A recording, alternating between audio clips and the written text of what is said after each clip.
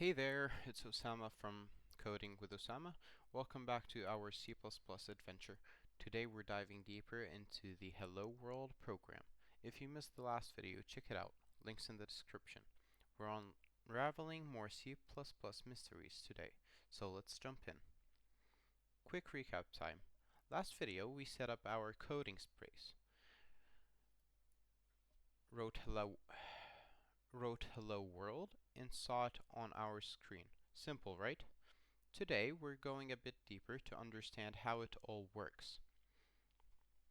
First up, let's talk about hash include IOStream. Think of it as a special command that brings in extra tools for our code. It helps us talk to the computer and tell it what to show on the screen. Cool, huh? The int main function. Let's just revisit the int main. It's like the main character in our story. The one who starts everything. Int just means it will give us a number back. When it's done, we'll explore why this function is a big deal in C++. C++ standard namespace. Okay, std might look weird. You know, just look at this.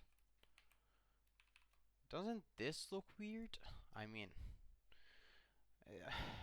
in the end, it's just a way to keep things organized. It's like putting labels on things so the computer knows where to find them. STD is short for standard. It's like our coding dictionary. But if you're writing a big project that includes hundreds of couts, hundreds of cins, hundreds of end lines, you can't just really put STD before every single one, right? It's like time consuming. So you just use this line.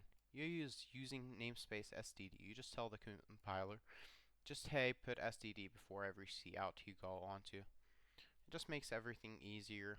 It takes less time. Okay, let's talk about cout, right? I mean, you see it all the time. Cout hello world. We used it in our last program to print out hello world. It's just basically our messenger to the screen. Um, think of it as a way, think of it as a printer, right? Hey, print hello world. That's what it does. Let's talk about this insertion operator. It just takes everything on the right and says, hey, go into cout, and then cout takes everything that the insertion operator gave it and just prints it on screen. Okay, next end line. It's like just pressing enter on your keyboard. It's like, hey, I pressed enter, here, new line, enter, new line, enter, new line. And I mean, it not only just makes a new line, but also tells the computer, hey, we're done here. It keeps things neat and tidy in the console. Hey, let me just explain compile time and runtime really quickly. I'll explain it in a way that even your grandma's cat can understand. Compile time, let's say you have a party. Compile time is basically the party planning phase. Imagine you're throwing a big fantastic party, but wait, before the actual party begins, you need to plan, right? Compile time is like the party planning phase.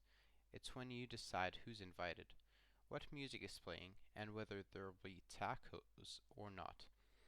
So you, the brilliant party planner, aka the compiler, go through every detail, making sure everything is set up perfectly. Any errors or missing details get sorted out.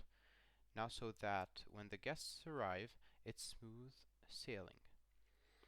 Now runtime, which is the actual party. Now the party has started. Runtime is when your guests are dancing, munching on tacos, and having a blast. Everything you planned during compile time is happening now.